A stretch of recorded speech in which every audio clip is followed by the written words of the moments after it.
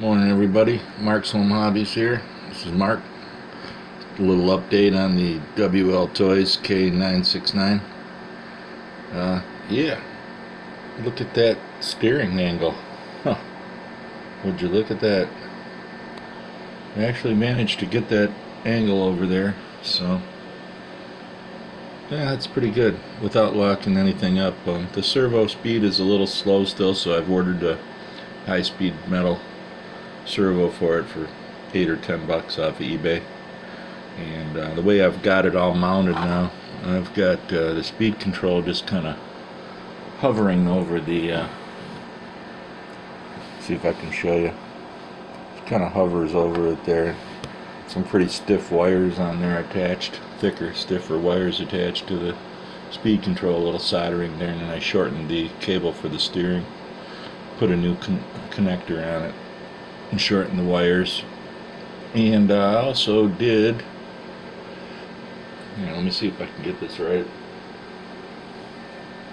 Alright, put this in the light here,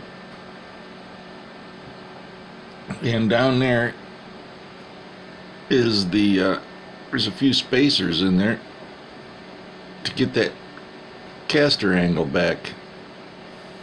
I don't know if you can see them up in there, but they're pretty hard to see.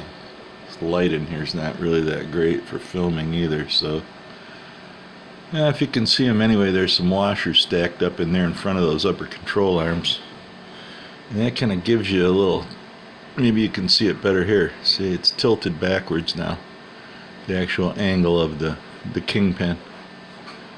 Yeah, so that seems to make a little difference. The car is really almost drivable now. It's starting to be able to drift and without the back end going out of control too much. Well, anyway, speaking about that, see those weights on there? That there is 3 nickels, which for the layman is 15 grams. 1 nickel equals 5 grams. So I just scotch taped some nickels together, approximate weight of one of the batteries, and I mounted it back there. So I don't know, but I think that somehow or another, even though the back end is pretty loose on this car after you do these modifications, it still can use a little bit of weight back on the other side because of the battery placement. Everything else is as far back as I could pretty much get it. I mean, I mounted the receiver in the front because it seemed like in the back the gyro was a little bit too shall we say twitchy. I don't know. I'm still experimenting, so all this is engineering, and I hope you guys appreciate it, the ones that are keeping up with this stuff. Might save you some time and some money.